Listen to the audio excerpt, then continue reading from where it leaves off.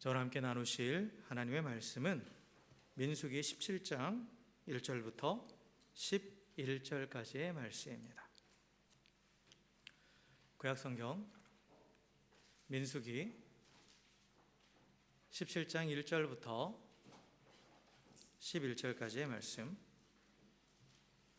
한 절씩 교독합니다. 여호와께서 모세에게 말씀하여 이르시되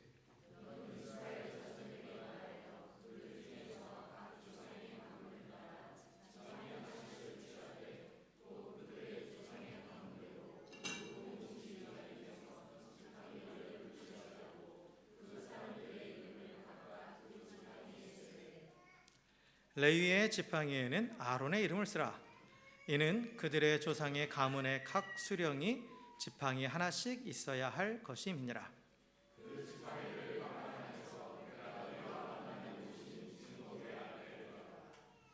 내가 택한 자의 지팡이에는 싹이 나리니 이것으로 이스라엘 자손이 너희에게 대하여 원망하는 말을 내 앞에서 그치게 하라.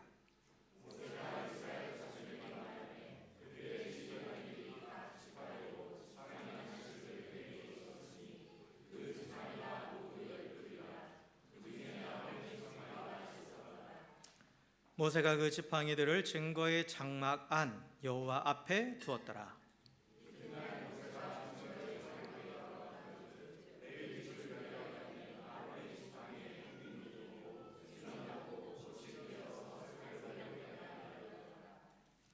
모세가 그 지팡이 전부를 여호와 앞에서 이스라엘 모든 자손에게로 가져오매 그들이 보고 각각 자기 지팡이를 집어 들었더라.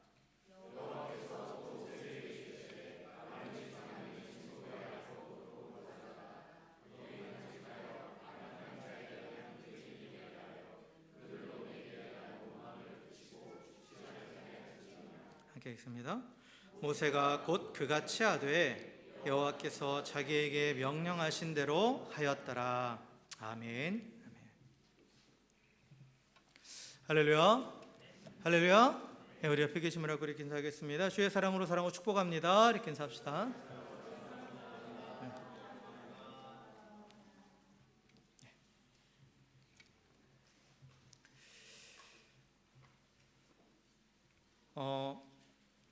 오늘 말씀을 보면 카메라 좀 켜주실래요?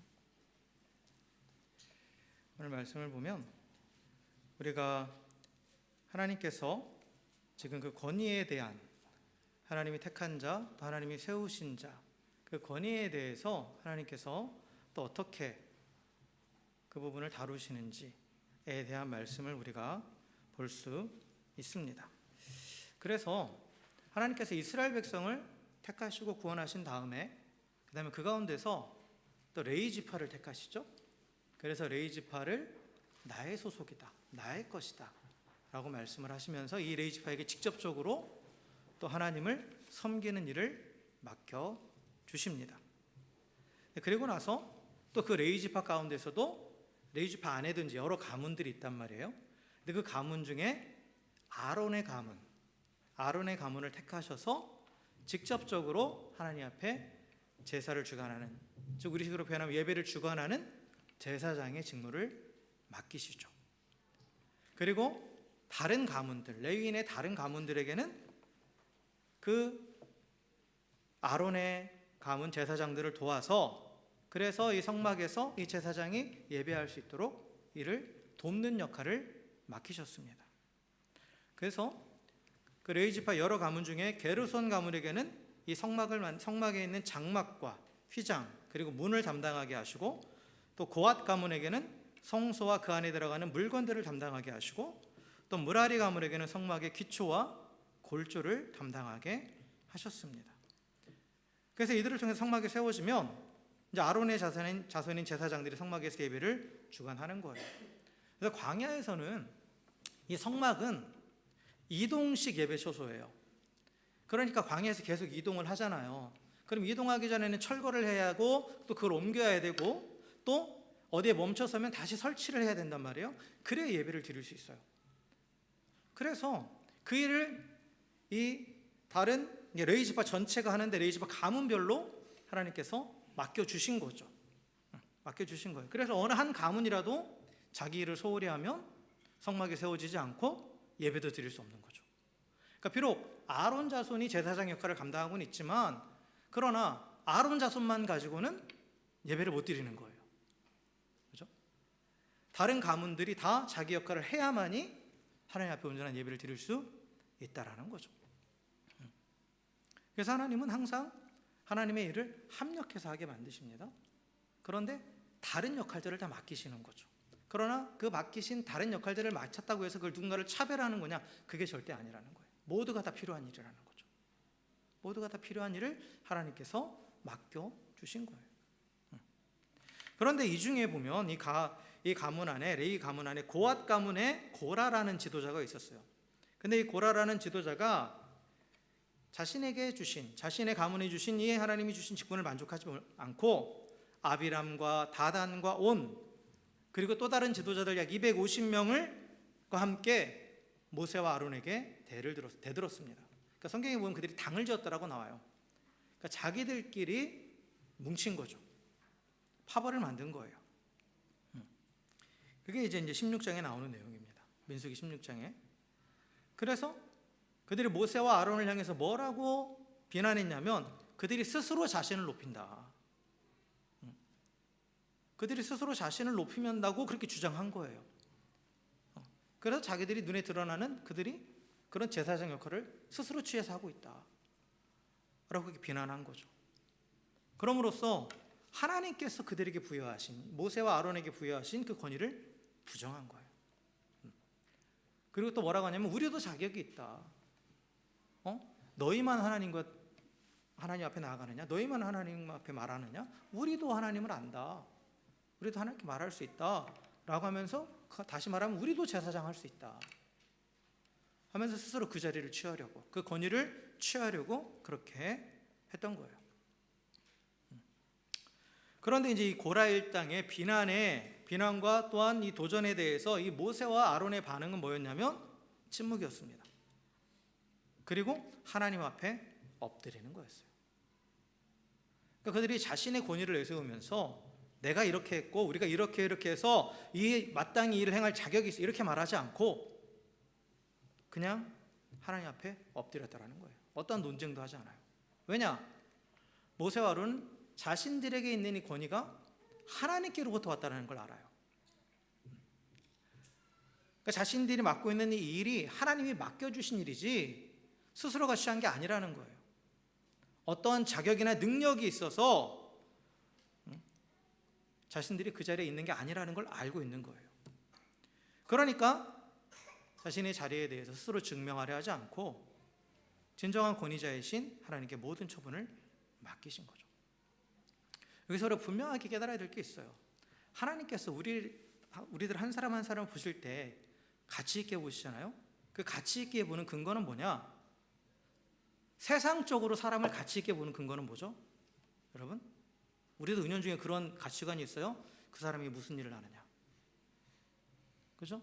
얼마나 많이 배웠느냐, 얼마나 많은 것을 가지고 있느냐, 그런 것을 가지고 사람에 대한 가치 판단을 하죠. 아주 쉬운 예가 있어요. 연봉이 얼마냐, 그죠? 몸값이 얼마라고 하면 돈으로서 그 사람의 가치를 우리는 매기죠. 아, 저 사람 정말 가치 있는 사람이야 라고. 근데 하나님께서 우리에게 가치 판단하는 건 딱 하나예요. 어떤 능력이 많아서도 아니고 어떤 좋은 직장을 가져서도 아니고 딱 하나, 하나님의 모양과 형상대로 만들었기 때문에 가치 있는 겁니다. 모든 인간은 하나님 앞에 가치 있는 존재인 것은 딱 그 한 가지 이유예요. 하나님의 모양과 형상대로 만들어졌기 때문에, 하나님께서 친히 그렇게 만드셨기 때문에 하나님께서 보시기에 다 가치 있는 존재예요. 그래서 내가 무슨 일을 하느냐는 가치 판단의 근거가 될 수 없다라는 거예요. 그런데 이제 고라 일당은 자신들이 하고 있는 일과 이 모세와 아론이 하는 일을 비교하면서 그 일을 통해서 스스로 가치를 찾으려고 한 거죠. 거기에 가치를 매긴 거예요. 그러니까 오늘날 우리 그리스도인들도 그런 식으로 가치 판단을 합니다. 조심하셔야 돼요. 이건 세상적인 가치관이에요. 하나님 나라의 가치관은 무엇을 하느냐, 얼마나 많이 가졌느냐에 따라 사람의 가치를 매기는 게 아니에요. 모든 사람은 하나님의 모양과 형상대로 만들어졌기 때문에 다 가치 있는 겁니다. 다 똑같은 가치를 지니고 있어요. 근데 어쨌든 간에 이 모세와 아론은 그래서 자신들의 이 권위라는 것도 하나님이 주신 것이고 하나님으로부터 온 것이기 때문에 내가 그걸 해결하려 하지 않아요. 자신들에게 반항하고 대항하는 그들에게 뭔가 논쟁하면서 스스로를 증명하려 하지 않고 그들에게 권위를 부여하신 그 하나님 앞에 엎드렸다라는 거예요. 그러니까 하나님이 어떻게 반응하셨습니까? 이 모세와 아론을 대적하며 반역한 자들을 향해서 하나님께서 진노하시죠. 그리고 즉각적으로 그들에게 심판하셨습니다.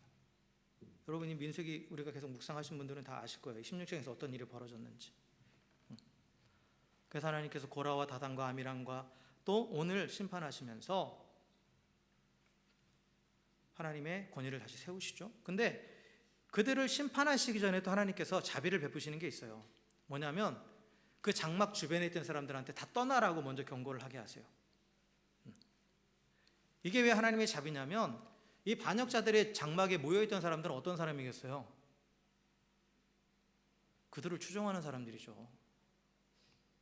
그렇잖아요. 그들에게 선동된 사람들, 휩쓸린 사람들이에요. 그런데 하나님께서는 주동자들만 심판하신 거예요. 직접적으로 대드는 사람들만, 직접적으로 반역한 사람들만. 그 외에 딸려갔던 사람들에게는 하나님께서 경고하시면서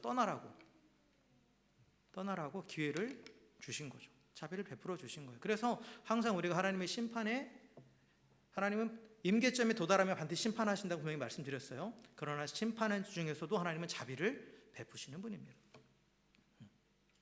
그래서 그 단순한 가담했던 사람들, 그 선동됐던 사람들이 이제 뭔가 분위기가 심상치 않으니까 슬금슬금 이제 떠난 거죠. 그러니까 그때 이제 모세가 하나님께 받은 말씀을 선포합니다. 심판을 선포하는데 일반적인 형태로 심판이 아니라 지금까지 없었던 형태, 즉 땅이 갈라져서 이들이 사라짐을, 이들을 삼킴을 통해서 하나님께서 심판하신다는 것을 보여주겠다라고 그렇게 선포를 해요. 그러니까 어떻게 됩니까? 그 즉시 땅이 갈라졌죠. 그 땅이 갈라졌고, 그래서 이 고라와 아비람과 다단, 그리고 온에게 속했던 모든 사람들이 다 거기에 빠져들어가요. 그래서 순식간에 죽어버리죠. 그리고 또 하나님께서 거기서 멈추지 않고 우리도 하나님 앞에 나아가서 제사할 수 있다라고 하면서 분향하려 했던 250명의 사람들, 그들이 향로를 들고, 이거는 제사장만 할 수 있는 거거든요. 향로를 들고 나왔단 말이에요. 그러니까 그 향로에서 불이 나와서 그들도 다 삼켜버리죠. 하나님의 진노의 심판이 순식간에 내려진 거예요. 그래서 이 심판을 통해서 하나님께서 분명하게 보여주신 게 뭐냐면, 이 아론과 모세를 향해서 그들의 권위를 인정하지 않고 반역하는 것은 곧 그들을 세우신 하나님에 대한 반역이다 라는 것을 분명하게 확인시켜 주십니다. 근데 아까도 말씀드렸지만 이 과정에서 하나님께서는 자비를 베푸셨다고 했잖아요. 그 주동자들만 하나님께서 심판하시고 단순히 그들을 따라갔던 사람들에게는 기회를 주셨단 말이에요. 그런데 그 다음 날이 되자 이들이 어떻게 했냐면 정신 못 차리고 여전히 회개하지 않고 오히려 모세와 아론을 더 원망하고 비난을 쏟아냅니다. 그러면서 너희가 저들을 죽였다. 하나님이 심판해서 죽이신 거잖아요. 그런데 모세와 아론에게 책임을 돌리는 거예요. 그리고 더 거세게 공격을 했습니다. 그러니까 하나님께서 또 즉각적으로 심판하시죠. 회개할 기회를 주셨는데 회개하지 않으면 그 다음 기다리는 건 심판이에요. 즉각적으로 심판하셨어요. 그래서 전염병이 돌아서 14,700명이 순식간에 죽어버렸습니다. 우리가 여기서 알 수 있는 게 뭐냐면 하나님의 진노의 심판 무섭죠. 무서워요. 그런데 하나님이 심판하시기 전에 반드시 경고하시고 회개할 기회를 주십니다. 근데 그걸 거스리는 게 성령을 거스리는 거예요. 그리고 회개할 기회를 차버리는 게 고의적으로 죄를 짓는 거예요. 죄가 죄라는 걸 알면서 짓는 게 고의적인 죄잖아요. 그렇잖아요. 회개할 기회를 주셨다는 건 하나님께 그게 죄라는 걸 가르쳐 주신 거예요. 그런데 회개하지 않았다? 그러면 그건 고의적으로 지은 죄예요. 성경은 뭐라고 말하냐? 고의적으로 지은 죄는 사함받지 못한다라고 말해요. 그러니까 회개하지 않은 죄는 사함받지 못하는 거예요. 어떤 특별한 종류의 죄를 말하는 게 아니에요. 고의적으로 짓는 죄가. 성령을 거스르는 것도 마찬가지예요. 성령께서 우리 가운데 하시는 역할은 뭐냐? 죄를 깨닫게 하시고 회개의 자리를 이끌어 가시는 거예요. 그래서 회개하라고 말씀하실 때 그걸 거부하는 것, 그게 성령을 거스르는 거고 고의적으로 죄를 짓는 겁니다. 그러면 그 앞에는 심판밖에 없어요. 그거 한 가지 우리가 알아야 되고, 또 한 가지, 하나님께서 이스라엘 백성들이 하나님 앞에 원망하고 불평하고 또 이 반역하는 모습을 여러 번 보여요. 광야에서 보면. 그런데 하나님께서 즉각적으로 심판하시는 경우는 딱 하나예요. 하나님의 권위에 도전하는, 우상을 섬기고 또 하나님의 권위 자체를 직접적으로 대항하는 그때는 직접적으로 하나님께서 반응하십니다. 그러나 자신의 육신의 연약함으로 인해서 배고프다고 징징거리고 목마르다고 징징거릴 때는 심판하지 않으세요. 들어주십니다. 왜냐? 하나님은 사랑과 자비의 하나님이시기 때문에 우리 연약함도 다 아시는 분이에요.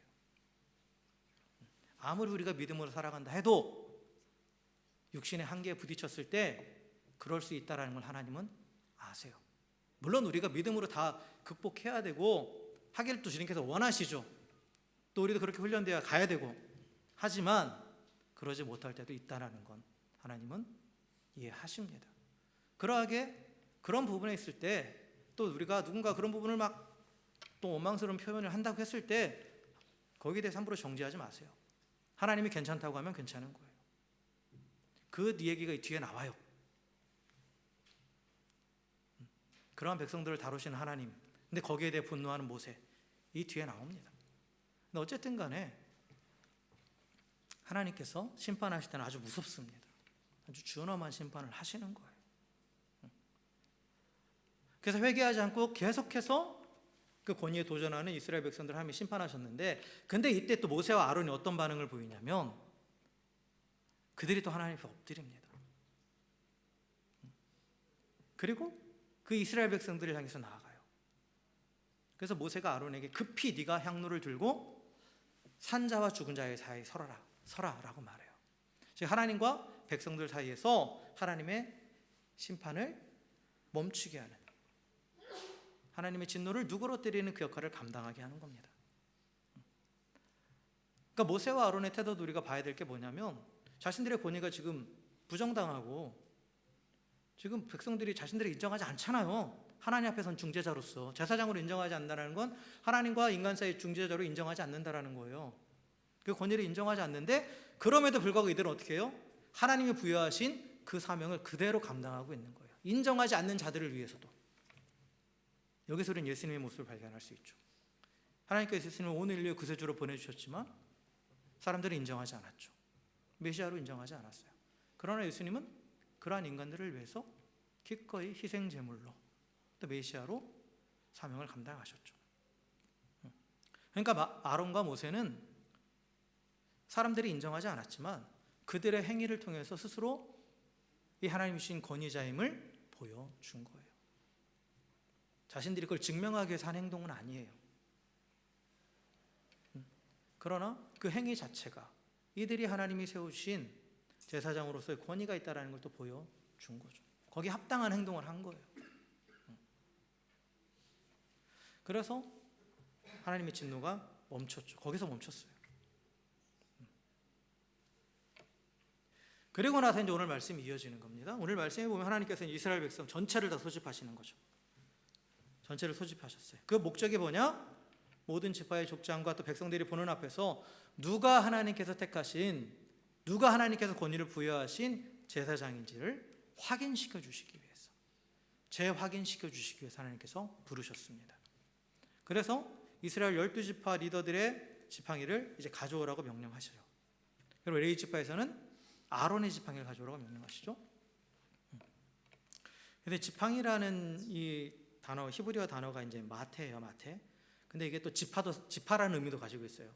약간의 언어 유희적인 것도 있는데, 실제로 지파의 수장을 상징하는 자들이 이 지팡이를 들고 다녔어요. 의미하는 자들이. 그래서 하나님께서 그 지팡이들을 증거계 앞에 두게 하시죠. 증거계, 언약계, 법계 다 똑같은 거예요. 하나님의 임재의 상징입니다. 거기에 두게 하시고, 그 다음에 분명히 하나님께서 무슨 일이 벌어질지에 대해서도 말씀해 주시죠. 하룻밤 지난 뒤에 하나님이 택하신 자의 지팡이에는 싹이 날 것이다 라고 분명히 가르쳐 주십니다. 그리고 나서 다음 날이 되었을 때 오늘 본문에 보니까 아론의 지팡이에만 싹이 나고 그걸로 끝난 게 아니라 꽃이 피고 그리고 살구 열매가 열렸다라고 되어 있죠. 여기서 살구 열매는 이 성경이 우리말로 번역될 당시에는 우리나라 사람들의 개념에는 없는 열매였기 때문에 살구 열매로 되어 있는 거고, 원어를 해석해보면 뭐냐면 아몬드예요. 아몬드. 그래서 아몬드가 열린 거예요. 아몬드 꽃이 피고 아몬드 열매가 열렸습니다. 그러니까 지팡이는 원래 마른 나무잖아요. 죽은 나무잖아요. 그러니까 죽은 나무가 어떻게 된 거예요? 생명이신 하나님의 선택을 받으니까 하나님이 선택하신 그곳에는 뭐가 있는 거예요? 생명이 솟아나는 거예요. 그래서 싹이 나고 꽃이 피고 또 생명의 상징인 열매가 맺히는 거죠. 그래서 이것은 하나님께서 아론과 그의 가문을 제사장으로 선택하셨다, 권위를 부여하셨다라는 걸 확증하는 확고한 증표입니다. 그래서 이스라엘 백성들이 비로소 그걸 보고서 비로소 이제 인정한 거예요. 그래서 레위 지파 그리고 아론 가문, 하나님께 택하셨구나라는 걸 인정을 합니다. 그리고 하나님께서 이제 그 지팡이를 이 증거기 앞에 둬라라고 하면서 무슨 표징으로 삼아라? 하나님을 향한 원망, 반역의 표징, 반역에 대한 표징으로 두게 하라라고 말씀하시죠. 그러니까 뭔가를 기념할 때는 좋은 걸 기념하는 거잖아요. 그렇잖아요? 그래서 기념물을 좋은 기억을 상기시키는 걸 두잖아요. 근데요, 이게 두 가지 의미가 있어요. 하나님을 향한 반역을 상징하는 거기도 하지만 죄가 깊은 것에 뭐가 있어요? 하나님의 은혜가 있죠. 그렇죠? 그래서 반역함에도 불구하고 하나님께서 참아주시고 또한 그들에게 권위를 부여하시고 인도하신다라는 것을 또한 보여주는 상징이기도 해요. 그래서 이 법궤, 언약궤에 보면 나중에 이제 세 가지 기물이 들어가죠. 세 가지가 거기에 들어가 있어요. 첫째는 뭐냐면 십계명이 새겨진 돌판, 십계명인지 뭔지는 정확하게 모르지만 계명이 새겨진 돌판이라고 되어 있죠. 그리고 또 하나는 만나가 들어있는 항아리, 그리고 마지막으로 이 아론의 쌍난 지팡이, 세 개가 들어가게 돼 있어요. 들어가 있습니다. 그런데 이 세 가지는 다 하나님의 은혜의 상징이면서 동시에 이 백성들의 죄의 상징이에요. 반항의 상징입니다. 만나를 먹기 전에 이스라엘 백성은 어떻게 했어요? 하나님께서 우리를 광야에서 굶어 죽이시나 보다 하면서 하나님 원망하고 또 하나님께 대항했죠. 그런데 하나님께서 은혜를 베푸셔서 먹을 걸 주신 거예요. 그러니까 죄의 상징이면서 자신들의 죄를 생각나게 하면서 동시에 하나님의 은혜도 생각나게 하는 거죠. 죄가 있는 곳에 은혜가 있는 거예요. 분명히 아셔야 돼요. 내가 죄인임을 깨달을 때 하나님의 은혜가 더 깊어지는 거예요. 하나님이 항상 좋게만 대해주셔서 그게 아니야. 내가 얼마나 어떤 존재인지, 내가 하나님 앞에서 어떤 존재인지를 명확하게 깨달을 때 그 은혜가 더 확실하게 와닿는 거예요. 두 번째 십계명 돌파는 뭡니까? 하나님께서 십계명을 주실 때 이스라엘 백성 밑에서 뭐 하고 있었어요? 우상을 만들고 섬기고 있었잖아요. 그렇잖아요. 그럼에도 불구하고 다시 하나님께서 만들어 주시죠. 다시 만들어 주신 거예요. 첫 번째는 깨졌는데 두 번째 다시 주신 거예요. 하나님께서 끝까지 하나님을 반역하는 그 말씀에 절대적으로 순종하지 않는, 불순종하는 그 인간들에게 대해서도 포기하지 않고 다시 말씀을 주시는, 은혜를 베푸시는 하나님. 그리고 오늘 아론의 지팡이도 마찬가지고 하나님의 권위를 인정하지 않지만 또 하나님께서 하나님 택하신 자들을 세우셔서 계속해서 백성을 이끌어 가시는 그러한 상징들이죠. 그러니까 죄와 은혜가 같이 가는 거예요. 그렇다고 우리가 더 죄를 많이 지어서 하나님의 은혜를 더 많이 깨졌다, 이건 아니죠. 성경은 죄가 깊은 곳에 은혜가 있다. 즉 우리의 그러한 죄됨을 볼 때마다 우리는 그럼에도 불구하고 사랑하셔서 참아주시고 또 이끌어주시고 또 구원하신 그 하나님의 은혜를 더 깊이 깨닫게 되는 겁니다. 그래서 오늘 이렇게 여러 가지 지금 민수기 16장부터 17장 이어지는 이 사건을 통해서 우리가 분명히 캐치해야 될 게 세 가지가 있어요. 그게 뭐냐면 쭉 정리해 보면 첫 번째는 뭐냐? 하나님께서는 하나님의 백성을 세우시고 나서 각자에게 맞는 직분과 사역을 맡기신다라는 거예요. 그 하나님의 부르심이 있죠. 부르시면 소명이에요. 콜링입니다. 우리를 구원의 자리로 부르셔서 자기 백성 삼으셨어요. 그리고 나서 우리가 이 땅에 살아가면서 하나님의 일을 감당하게 하시려고 사명을 맡기십니다. 이를 위해서도 직분도 맡기시고 또 어떤 사역의 자리도 하나님께서 허락하세요. 그런데 하나님께서 맡기신 그 모든 직분과 사역에는 크고 작음이 없이 다 똑같아요. 다 똑같이 중요한 겁니다. 우리가 오해하는 게 있어요. 주님을 위해서 위대한 꿈을 꾸고 하나님을 위해서 위대한 일을 하라라는, 그렇죠? 그래서 우리는 위대한 일, 큰 일, 그게 뭔가를 고민해요. 근데 위대한 일, 큰 일은 뭐냐? 하나님이 내가 부르신 그 자리에서 맡기신 그 일을 감당하는 게 다 위대하고 큰 일이에요. 세상적인 관점에서 뭔가 눈에 드러나게 확 큰 일을 하는 거, 뭐 예를 들어서 뭐 교회 건물을 아주 삐까번쩍하게 짓고 또 뭐 몇백 명씩 전도하고 귀하죠. 귀해요. 그러나 그런 일들이 위대한 일이 그런 일들만 위대한 일이 아니에요.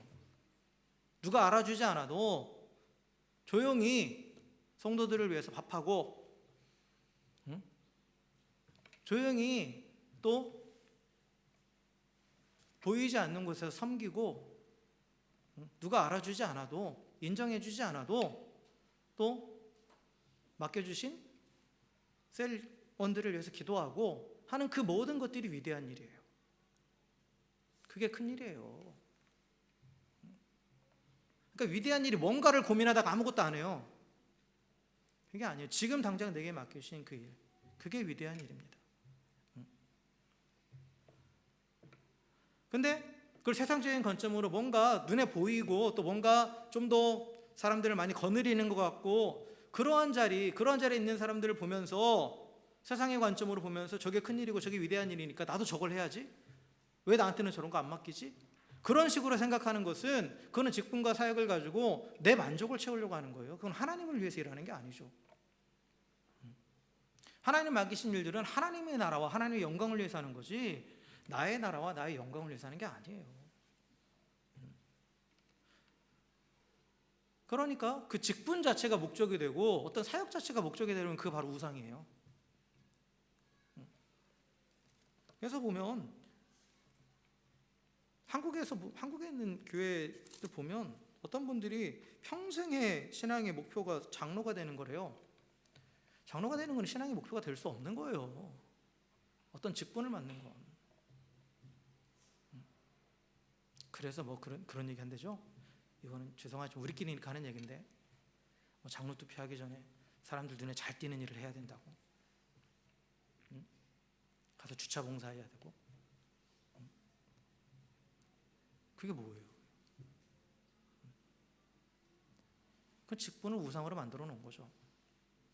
그러니까 그런 직분을 부여하는 데 있어서도 뭐 그걸 계급처럼 생각하고. 제가 우리 집사 교육하면서 얘기하고 여러분한테 얘기하지만, 직분을 맡기는 건 권한을 주는 게 아니라고 그랬죠. 책임을 맡기는, 전가한다는 표현, 제 입장에서 전가하는 건데 책임을 부여하는 거예요. 모세와 아론이 지도자로 세워져 있지만 겉으로 보기엔 지도자니까 얼마나 막 높이 보여요. 얼마나 많은 스트레스 받은지 아세요? 모세와 아론이. 모세가 얼마나 힘들었으면 하나님께 나 좀 차라리 데려가 달라고 그랬어요. 이 백성 전체에 대한 이 책임을 져야 되는 이 중압감, 이런 부분들, 책임지는 자리예요. 그 자리는 권한을 행사하는 자리가 아니에요.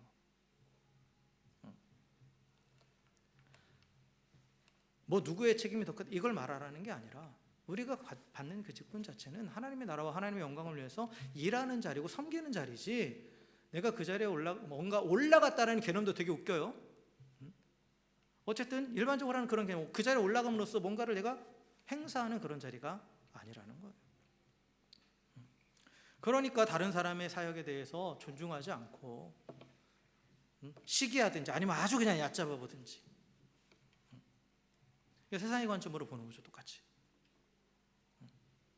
그러니까 문제들이 생기는 거예요. 그럼 하나님은 우리를 하나님 나라 백성 되게 하시고 하나님 나라 백성으로서 다양한 직분과 사역을 맡기십니다. 서론에서 말씀드렸듯이 레위지파 각 지파에게 다양하게 맡기셨잖아요. 그런데 어느 한 지파라도 그걸 소홀히 하면 예배가 되지 않는다고요. 하나님께서 맡기신 일들을 내가 소홀히 하면, 다른 것들 다 똑같이 저것만 하겠다 그러면 손은 누가 키우고. 다 선교사 하겠다고 하면 죄송합니다만 누가 수원을 하겠어요?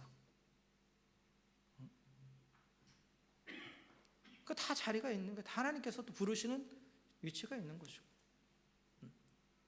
똑같은 중요도가 있어요. 선교사님들도 중요하죠. 선교사님들에서 기도하는 우리도 중요한 거예요. 똑같은 가치를 가지고 있어요. 그래서 각자에게 맡기신 그 사역을 또 감당할 수 있도록 하나님께서 은사도 주신 겁니다. 이 은사에 대해서도 여러 번 말씀드리지만 여러분 우리가 은사대로 사역하는 게 맞습니다. 원칙은 그거예요. 그러나 때로는 내가 은사가 없는데 그 사역의 자리가 나에게 또 주어질 때도 있어요. 그럴 때 여러분 이런 핑계를 대요. 난 은사 없으니까 이거 못한다. 근데 일변 들어보면 맞는 것 같죠? 이건 틀린 표현이에요. 은사는 하나님이 주시는 거예요.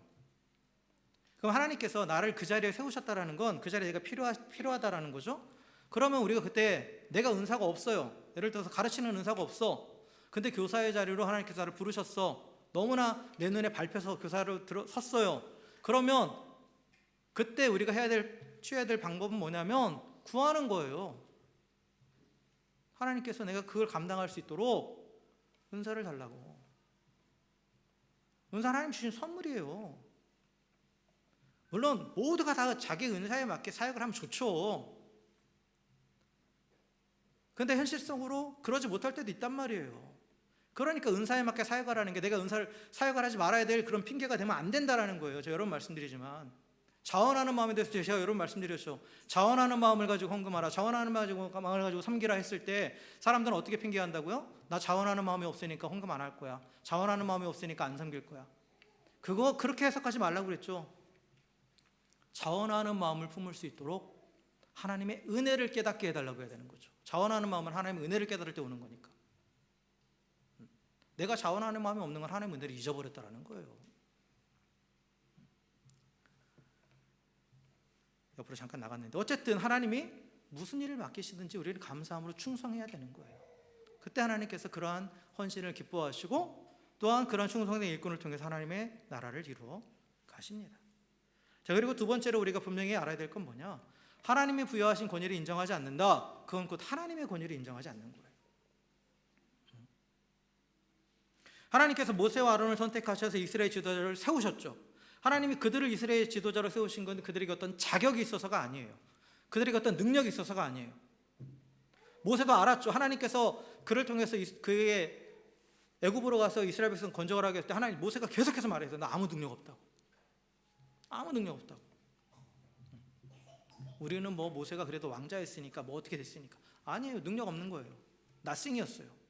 노바디였어요. 아무것도 아닌 자였어요. 전적인 하나님의 주권입니다. 하나님의 선택이에요. 그러니까 하나님께서 주권적으로 모세와 아론을 선택하셔서 이스라엘 백성을 구원하는 사명을 맡기셨고 선택하신 이후에 이에 맞는 권위를 주시고 능력을 주신 거예요. 그래서 이스라엘 백성들이 모세와 아론의 권위를 인정하지 않는 것은 결국 그들을 통해서 일하시는 하나님의 권위를 인정하지 않는 거죠. 이게 곧 하나님에 대한 반역입니다. 그리고 하나님은 다른 것들은 다 참으셔도 하나님의 권위, 하나님의 하나님 되심을 인정하지 않고 반역하는 것을 반드시 심판하십니다. 그러니까 하나님 앞에 쓰임받는 하나님께서 권위를 부여하시는 그 기준, 그 조건 아무것도 없어요. 그건 하나님의 주권적인 선택이에요. 하나님이 왜 이런 사람 택하셨을까? 몰라요, 그건. 근데 제가 한 가지 아는 건 있어요. 그 하나님 부여하신 권위를 가지고 사역을 감당할 수 있는 사람은 어떤 사람이냐? 그 부르심에 응하는 사람이에요. 내가 능력 없다고, 내가 준비되지 않았다 끝까지 빼는 사람은 결국 아무것도 못해요. 못해서 계속 빼다가 결국은 응했잖아요. 그러니까 능력이 있어서 자격이 있어서 응하는 게 아니에요. 하나님이 그 자리에 부르셨다라면, 세우셨다라면 합당한 권위도 부여하시고 합당한 능력도 주십니다. 어떤 자에게? 그 부르심에 응하는 자에게. 그러니까 내가 아무것도 안 낸 것을 인정하고 부르심에 응하는 사람은 철저하게 하나님을 의지할 수밖에 없죠. 그러니까 더욱 합당한 주님의 일꾼으로 쓰임받을 수밖에 없는 거예요. 그 다음에 마지막으로 우리가 하나 또 알아야 될 건 뭐냐면 하나님이 세우신 권위 하나님이 증명하십니다. 그러니까 모세와 아론을 통해서 제가 앞에서 얘기했지만 그들의 권위가 도전받을 때 싸우지 않았어요. 내가 지금까지 해온 일을 봐라. 내가 어떻게 해왔는데 너희가 나한테 이럴 수 있어. 이러지 않았어요. 자신의 어떠함을 내세워서 증명하려 하지 않았죠. 왜냐? 하나님이 그 자리에 세우신 게 하나님의 선택이었으니까. 자신들이 어떤 능력이 있어서 그렇게 세운 게 아니니까. 그걸 알고 있기 때문에 그 권위가 도전받을 때마다 그 권위를 부여해 주신 하나님 앞에 엎드렸다라는 거예요.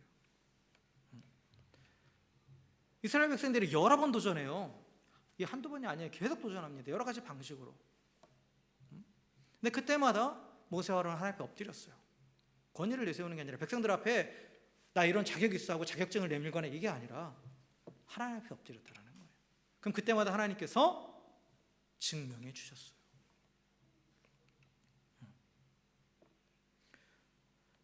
그러니까 하나님께서 주권적으로 선택해서 부여하신 권위이기 때문에 나의 자격이나 능력으로서 내가 뭔가 얻어낸 그런 권위가 아니기 때문에 그렇기 때문에 하나님 앞에 맡길 때 하나님께서 증명해 주시는 겁니다. 그리고 모세와 아론처럼 권위가 도전받는다고 해서 그럼 나 안 할래, 다 때려칠래 이게 아니라 어떻게 했어요? 끝까지 섬겼죠.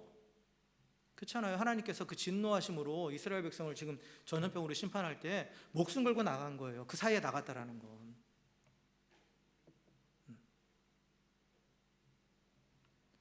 그러니까 권위라는 것도 마찬가지예요. 하나님께서 섬기라고 주신 거예요. 예수님 분명히 말씀하시죠. 진정한 권위자는 어떤 자냐? 섬기는 자다.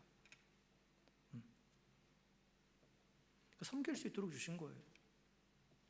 권위를 내세우면서 내가 어떤 위치에 있는데, 내가 지금 목사인데, 장로인데, 권사인데, 집사인데 이걸 말하라는 게 아니라 섬김으로 증명하는 거죠. 오히려 그것을 인정하지 않는 자에게까지도. 예수님이 그러셨잖아요. 자신의 메시아됨을 인정하지 않는 자들을 위해서까지 자신을 내어주심으로써 진정한 메시아임을 증명하셨듯이. 그래서 모든 권위는 하나님께로부터 오는 것이 결국 사람이 세우는 게 아닙니다.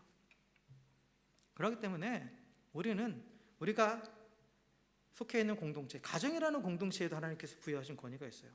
남편이라는 자리에 권위가 있고 아내로서의 권위도 있어요. 또 부모로서의 권위도 있고 자녀로서의 권위도 있어요. 각자를 존중해야 돼요. 각자가 부여된 권위를 존중해야 돼요. 그래서 우리는 내 자신이 권위자인과 동시에 또한 어떤 권위 아래 있는 자예요. 이 두 가지가 항상 있는 거예요, 우리는. 그래서 내가 어떤 권위 아래 있을 때 그 권위에 대해서 인정하는 거예요. 하나님이 주신 권위. 그래서 그걸 순종하는 겁니다. 또한 내가 권위자의 자리에 있을 때도 마찬가지예요.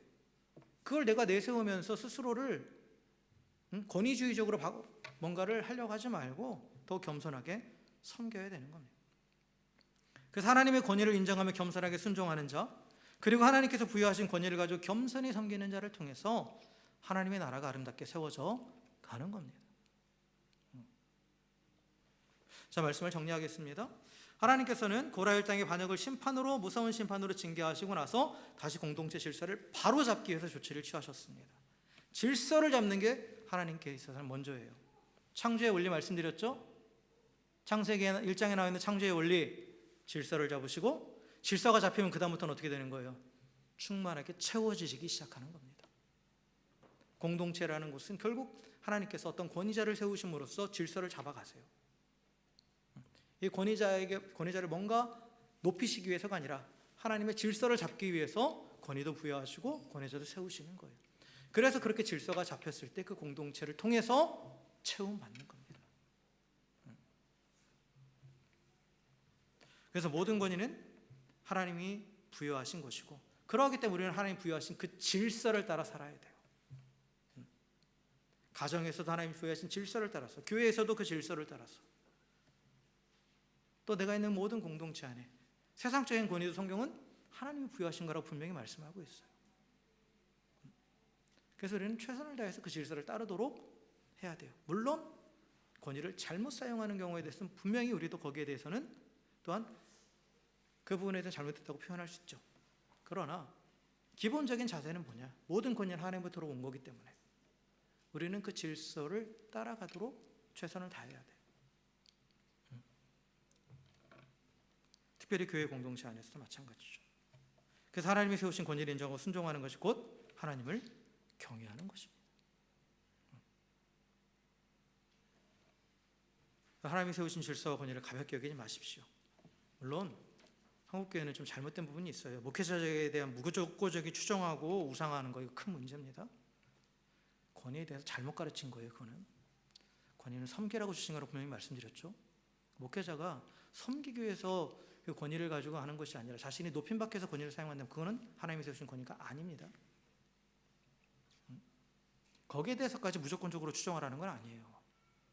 그러나 목회자로서 하나님이 세워주신, 또한 어떤 리더로 세워주신 그 권위에 대해서는 세속적인 잣대를 가지고 평가해서는 안 된다는 거예요. 내가 봤을 때 저 사람 아무 능력 없는 것 같은데 저 사람 저런 사람이 저거 해도 돼? 이런 식으로 판단해서는 안 된다는 거예요. 하나님을 경외하는 자는 그분이 세우신 권위를 존중하며 온전히 순복합니다. 또 하나님을 경외하는 자는 하나님께서 부여하신 권위를 내세우려 하지 않고 더욱 겸손히 섬깁니다. 사랑하는 성도 여러분, 하나님이 친히 세우신 질서를 존중하고 하나님의 권위를 인정하며 순종하는 우리 모두가 되길 주의 이름으로 간절히 축원합니다. 또한 하나님이 부여하신 이 권위를 가지고 또한 내 가정, 교회, 또 내가 속한 공동체에서 더욱더 겸손히 하나님과 이웃을 섬기는 우리 모두가 되길 주의 이름으로 간절히 축원합니다. 그래서 우리의 삶의 모든 자리에 하나님 부여하신 질서가 잡히고 그 질서 안에서 충만하게 하시는 그 은혜를 풍성히 누리면서 또 이 땅 가운데 하나님의 나라의 복을 누리고 또 하나님의 나라를 선포할 수 있는 우리 모두가 되기를 다시 한번 주의 이름으로 간절히 축원합니다. 함께 기도하시겠습니다.